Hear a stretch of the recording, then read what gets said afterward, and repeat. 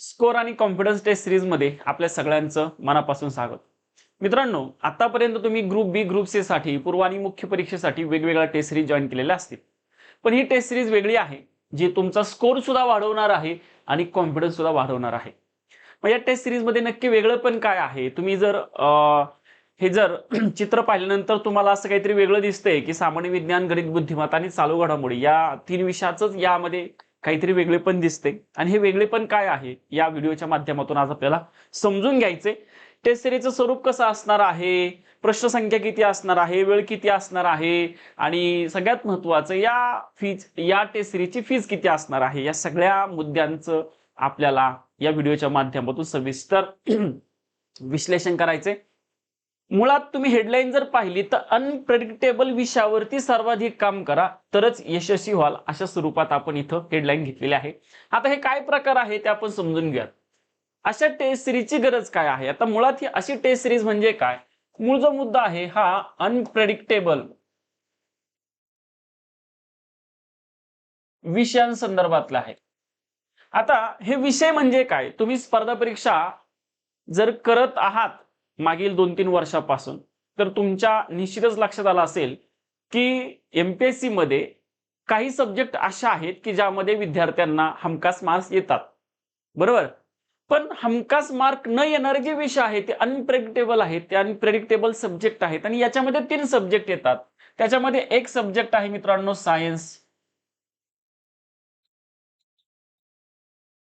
बरोबर आहे. सेकंड आहे मॅथ्स अँड रिझनिंग आणि तिसरा आहे मित्रांनो करंट, बरोबर. असे 3 विषय आहेत, विज्ञान, गणित, बुद्धिमत्ता आणि चालू घडामोडी. हे जे 3 विषय आहेत ते अनप्रेडिक्टेबल आहेत. आणि होतं काय, याच विषयावरती विद्यार्थ्यांचं सर्वात कमी काम होतं. काम कमी का होतं याच्या मागचं कारण बघा. काम कमी होतं या विषयावरती. मग काम कमी होण्यामागचं कारण काय? तर हे विषय इतर विषयाच्या तुलनेने अवघड आहेत. पहिला मुद्दा. मुद्दा क्रमांक 2, या विषयांमध्ये जे आहेत ना फॅक्च्युअल डाटा आणि कन्सेप्च्युअल डाटा आहे. म्हणजे विज्ञान जर पाहिलं तर कन्सेप्ट आहेत खूप जास्त, बरोबर आहे. यस. मॅथ्स रिझनिंग जर पाहिलं तर याच्यामध्ये टाइम मॅनेजमेंट खूप महत्वाचं आहे, टाइम. आणि करंट जर बघितलं तर फॅक्च्युअल जो डाटा आहे, फॅक्ट्स जे आहेत हे पाठ खूप करावे लागतात, लक्षात ठेवा. सो त्यामुळे या 3 विषयामध्ये विद्यार्थ्यांना तुलनेने प्रेडिक्टेबल सब्जेक्टच्या तुलनेने कमी मार्क्स येतात. पण मग त्यामुळे काय होते, हे विषय अवघड आहेत, संकल्पनात्मक आहेत, वेळ वेळ जास्त घेणार आहेत, वेळ खाऊ आहेत, लक्षात घ्या. आणि अधिक माहिती असणारे आहेत. अधिक माहिती म्हणजे अधिक माहिती बघितलं तर आपण करंट म्हणू शकतो, वेळ खाऊ जर सब्जेक्ट म्हटलं तर मॅथ्स रिझनिंग म्हणू शकतो, अवघड आणि संकल्पनात्मक जर म्हटलं तर आपण विज्ञान म्हणू शकतो. असं हे 3 विषय असल्यामुळं या विषयाकडे विद्यार्थी दुर्लक्ष करतात आणि पर्यायाने दुर्लक्ष केल्यामुळं त्याच्यावरती काम तेवढं होत नाही आणि मार्क्स कमी येतात. आणि इथंच नेमकं आपल्याला जे यश पाहिजे असतं ते मिळत नाही. मग काय, यासाठी काय करायला पाहिजे आपण? मी नेहमी म्हणतो ह्या 3 विषयाचे मिळून 50 प्रश्न आहेत आणि बाकी जे उर्वरित 4 विषय आहेत ज्याच्यामध्ये इतिहास आहे, भूगोल आहे, पॉलिटी आहे आणि इकॉनॉमिक्स आहेत, ह्या 4 विषयाचे मिळून 50 प्रश्न आहेत, बरोबर. म्हणजे 4 विषय मिळून 50 प्रश्न आणि हे 3 अनप्रेडिक्टेबल सब्जेक्ट आहे त्याचे 50 प्रश्न. बघा, निश्चितच त्या 4 विषयाच्या दुपटीने काम तुम्हाला इथं करावं लागणार आहे. तेव्हा त्या 4 विषयामध्ये जितके मार्क्स येतील तेवढे मार्क्स तुम्हाला या 3 विषयामध्ये मिळू शकतात, बरोबर. आता मी हे जे बोलतोय ते अगदी नव्याने अभ्यास करणाऱ्या विद्यार्थ्यांना पटणार नाही, पण जे मागील 1, 2, 3, 4 वर्षापासून अभ्यास करतायत त्या विद्यार्थ्यांना हे निश्चितच पटत असेल की हो हे खरं आहे. काय खरं आहे? तर इतिहास, भूगोल, पॉलिटी आणि काय म्हणू आपण हिस्ट्री या 4 विषयावरती विद्यार्थ्यांना सरासरी मार्क्स येतात. मात्र अनप्रेडिक्टेबल सब्जेक्ट मध्ये जर चांगला स्कोर आला नाही तर तो विद्यार्थी पूर्व परीक्षा पास होत नाही, तसंच मुख्य सुद्धा आता पास होत नाही, लक्षात ठेवा, बरोबर. मग अशा टेस्ट सिरीजची गरज काय?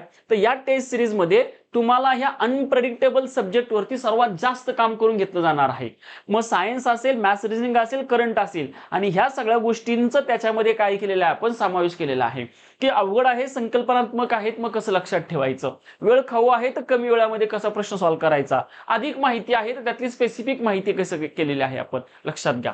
मग ही जी टेस्ट सिरीज आहे तिचं स्वरूप कसं असणार आहे, बरोबर. तर पहा, याच्यामध्ये आपण काय केलेलं आहे मित्रांनो, जर तुम्ही व्यवस्थित पाहिलं तर एकूण 15 टेस्ट आपण याच्यामध्ये समाविष्ट केलेल्या आहेत. प्रत्येक टेस्टमध्ये जी काही प्रत्येक टेस्ट असणार आहे, ह्या प्रत्येक टेस्टमध्ये 50 क्वेश्चन्स असणार आहेत. म्हणजे साधारणतः 50 गुणिले 15 जर पाहिलं, 15 75, म्हणजे 750 क्वेश्चन्सचा तुमचा याच्या माध्यमातून परीक्षेच्या आधी सराव होणार आहे, लक्षात घ्या. ओके. शिवाय या प्रश्नांमध्ये जे सगळे प्रश्न आहेत त्याचं व्हिडिओ मार्फत काय असणार आहे, विश्लेषण असणार आहे, लक्षात ठेवा. आणि सगळ्यात महत्वाचं, याला टाइम सुद्धा दिलेला आहे. जी टेस्ट असणार आहे ती या टेस्टचा टायमिंग असणार आहे मित्रांनो 40 मिनिटाचा टाइम असणार आहे. मग आता एकूण 60 मिनिटं असतात 100 प्रश्नांसाठी. तुम्हाला असं वाटेल सर 30 मिनिटं पाहिजे होती, तर मुळात तुम्ही 40 मिनिटं सरासरी विद्यार्थी ह्या 3 विषयासाठी युटिलाइज करत असतो, आणि उर्वरित साधारणतः 20 ते 25 म्हणूयात आपण.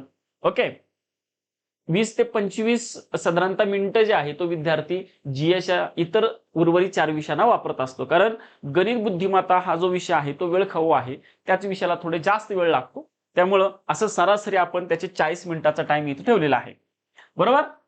यस. या टेस्ट सिरीजचं स्वरूप असं आहे की एकूण 15 टेस्ट आहेत. प्रत्येक टेस्टमध्ये 50 क्वेश्चन्स असणार आहेत, आणि प्रत्येक प्रश्न हा बायलिंग्वल असणार आहे. म्हणजे मराठी आणि इंग्रजी या दोन्ही भाषेमध्ये हे प्रश्न सगळे असणार आहेत, लक्षात ठेवा, बरोबर. आता या टेस्टमध्ये अजून वेगळेपण काय आहे, तर ह्या टेस्टमध्ये हे वेगळेपण आहे, लक्षात ठेवा. आम्ही या टेस्टच्या माध्यमातून विद्यार्थ्यांचा काय करणार आहोत, टॉपिक वाईज सुरुवातीला 15 पैकी 10 ज्या टेस्ट आहेत त्या टॉपिक वाईज आहेत, बरोबर. आणि उर्वरित ज्या शेवटच्या 5 टेस्ट आहेत त्या कॉम्प्रिहेन्सिव्ह आहेत. मग टॉपिक वाईज टेस्ट मध्ये काय केले, तर टेस्ट नंबर 1 त्याची डेट वगैरे इथे मेन्शन केलेली आहे. त्याच्यामध्ये विज्ञानामध्ये तुम्हाला कोणत्या टॉपिकचा अभ्यास करायचा आहे, साऊंड, लाईट, इलेक्ट्रिसिटी.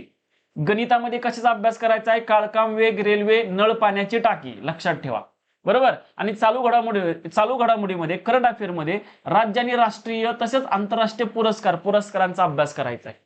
आता आपण चालू घडामोडीसाठी काय केलेलं आहे मित्रांनो, इथं 2च पुस्तकं आपण वापरणार आहोत. एक सिम्प्लिफाईडचं करंटचं पुस्तक, आणि दुसरं परिक्रमा. ओके.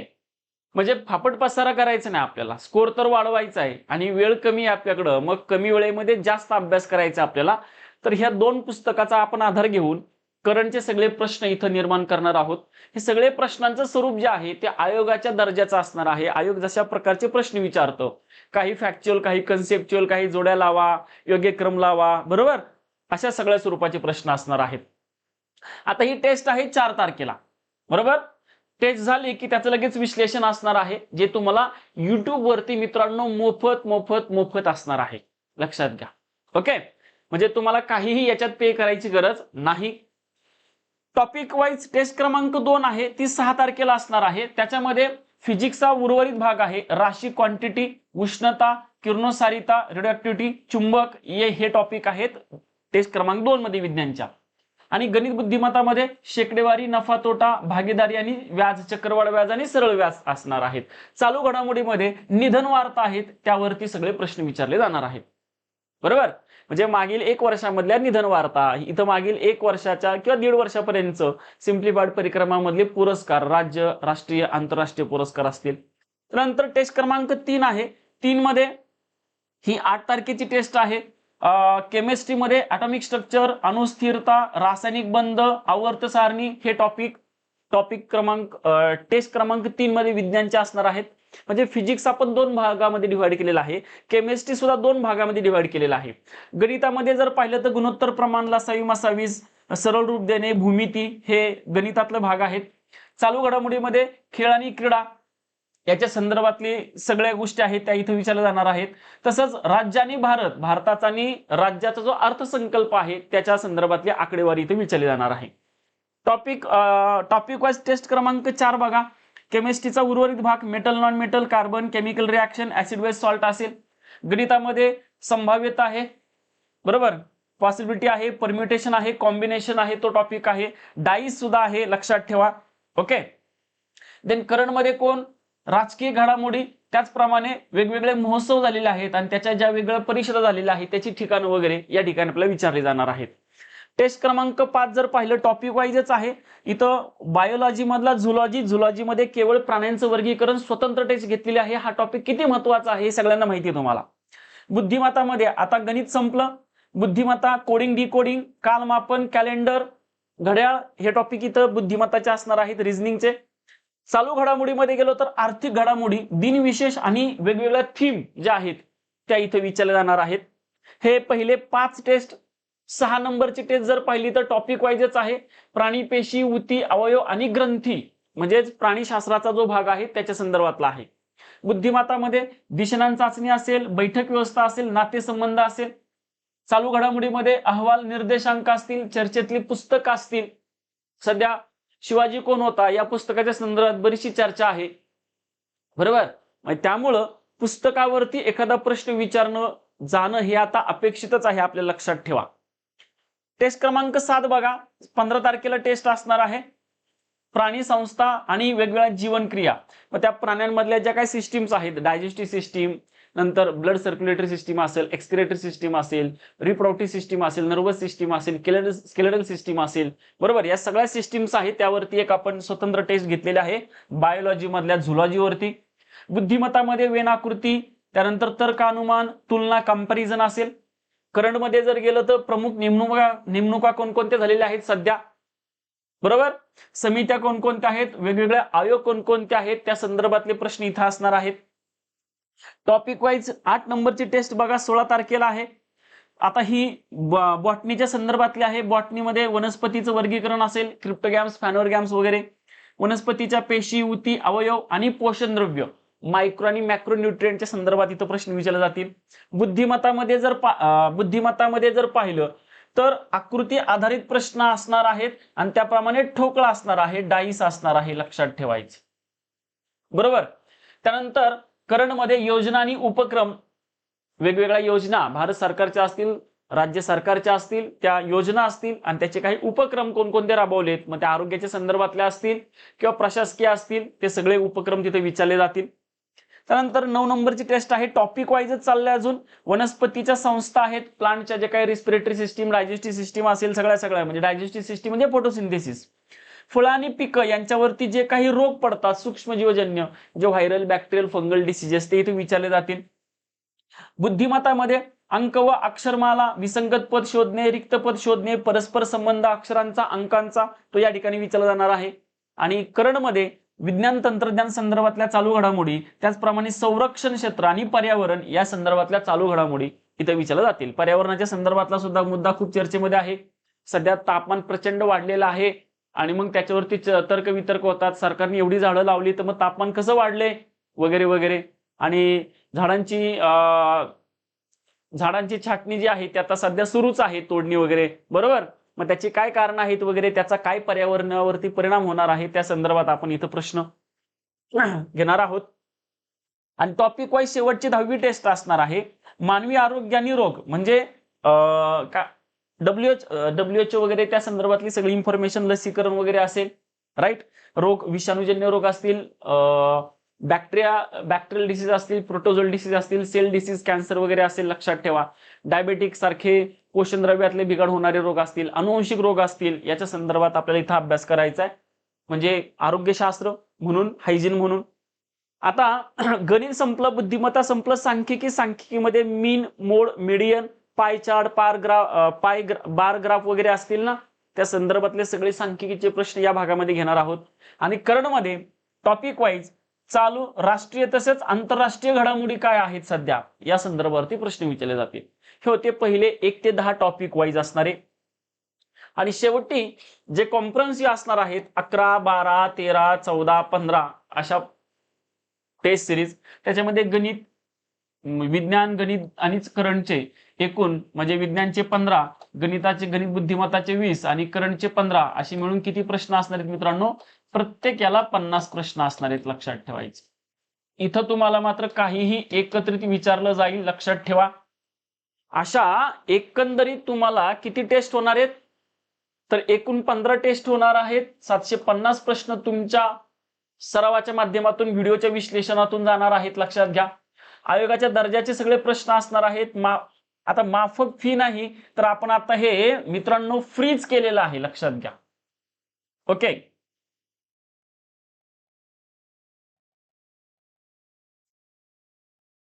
ओके. आणि जी टेस्ट आहे ती मराठी आणि इंग्लिश अशा दोन्ही लँग्वेज मध्ये असणार आहे. व्हिडिओचं विश्लेषण युट्यूबच्या माध्यमातून असणार आहे, राईट. आणि पहिल्या 2 नाहीत, तर सर्व टेस्ट सर्वांसाठी मोफतच असणार आहेत, बरोबर. यस मित्रांनो, अशा स्वरूपात अनप्रेडिक्टेबल सब्जेक्ट वरती जर तुम्हाला काम करायचं असेल, आजपर्यंत जर तुमची पोस्ट किंवा प्री जर अनप्रेडिक्टेबल सब्जेक्ट मुळे गेली असेल, तर 100% तुम्हाला चांगला फायदा होणार याच्यातून. यासाठी तुम्हाला फक्त पहिली टेस्ट जॉईन करायची. पहिल्या टेस्टचा दर्जा बघायचं, विश्लेषण बघायचं, नंतर पुढे कंटिन्यू करायचं.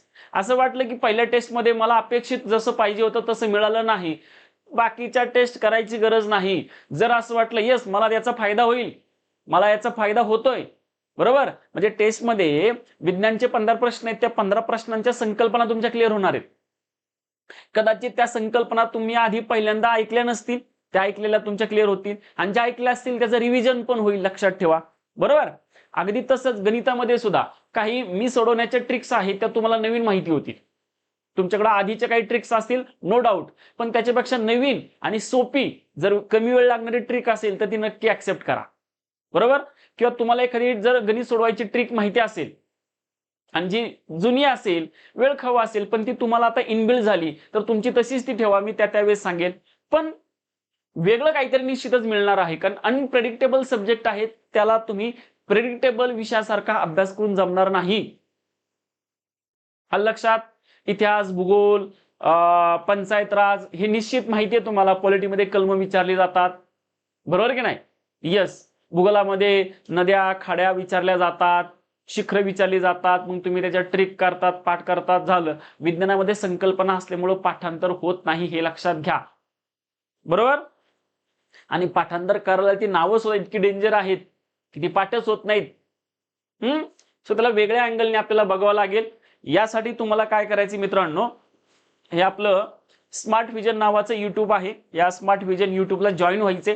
या माध्यमातून तुम्हाला या सगळ्या टेस्टचं विश्लेषण त्यावरती फ्री ऑफ कॉस्ट मध्ये मिळणार आहे. मी सांगतो म्हणून तुम्ही फक्त पहिली टेस्ट जॉईन करा, दर्जा बघा, त्याच्यातले प्रश्न बघा, प्रश्नाचं स्वरूप बघा, त्याचं विश्लेषण पहा, आणि मग पुढची टेस्ट जॉईन करायची का नाही करायची, द्यायची का नाही द्यायची, ते तुम्ही त्यानंतर ठरवा. करंट सुद्धा विश्लेषण आपल्याकडे काजल मॅडम ज्या आहेत त्या विश्लेषण करंटचं घेणार आहेत. त्या युपीएससी तसंच युपीएससीचा परीक्षेचा अभ्यास करतात, आणि त्याचप्रमाणे एमपीएससीचा सुद्धा ते टीच करत आहेत, लक्षात घ्या. करंट सुद्धा शिकवतात ते, आणि त्याच करंटचं आपल्याकडे काय प्रॉपरली विश्लेषण घेणार आहेत. म्हणून मी सांगतोय की तुम्ही टेस्ट व्यवस्थित द्या, 100% फायदा होईल, बरोबर आहे. कारण अनप्रेडिक्टेबल सब्जेक्टचं काम करायचं असेल तर त्याला वेगळ्याच अँगलनी बघावं लागेल. आणि मला असं वाटतं संपूर्ण महाराष्ट्रामध्ये ही पहिली टेस्ट सिरीज असणार आहे जी अशा वेगळ्या अँगलनी तुम्ही काय करत आहात, देणार आहात. याच्या आधी तुम्ही वेगवेगळ्या अकॅडमीच्या टेस्ट सिरीज लावल्या असतील, नो डाऊट त्या चालूच राहू द्या. पण त्याचबरोबर अनप्रेडिक्टेबल सब्जेक्ट वरती सर्वात जास्त फोकस करण्यासाठी ही टेस्ट सुद्धा तुम्ही नक्की जॉईन करा. अगदी एंडला जेव्हा परीक्षा होईल ना मित्रांनो, तेव्हा तुम्ही 100% मला फोन करून सांगसाल, मेसेज करसाल की सर तुमच्या टेस्ट सिरीजचा फायदा खरंच झाला, आमचा कॉन्फिडन्स वाढला, स्कोर सुद्धा वाढला. हे निश्चितच तुम्हाला परीक्षा झाल्यावर त्या जाणवणार आहे, पण त्यासाठी तुम्हाला थोडा वेळ द्यावा लागेल. तो वेळ मी तुमच्या सत्कारणी लावणार आहे. सो थांबवा. पण मित्रांनो, तुम्हाला तसंच तुमच्याच मित्रांना मैत्रिणींना जर हे विषय अवघड जात असतील तर निश्चितच त्यांना सुद्धा सजेस्ट करा की स्मार्ट व्हिजन या युट्यूब चॅनलवरती, बरोबर, ही टेस्ट सिरीज होणार आहे. आणि मग याचं पीडीएफ कशी मिळणार, तर ज्या दिवशी टेस्ट असणार आहे त्या दिवशी बरोबर साधारणतः 11 वाजता तुम्हाला ह्या प्रत्येक टेस्टचं काही पीडीएफ भेटणार आहे, आणि त्याचं दररोज जे काही व्हिडिओचं विश्लेषण आहे ते लगेच त्याच दिवशी काय होणार आहे, अपलोड होणार आहे. सो त्याचं टेन्शन घेऊ नका, जोडले राहा, सोबत मिळून पुढे जाऊयात, थांबूयात. धन्यवाद.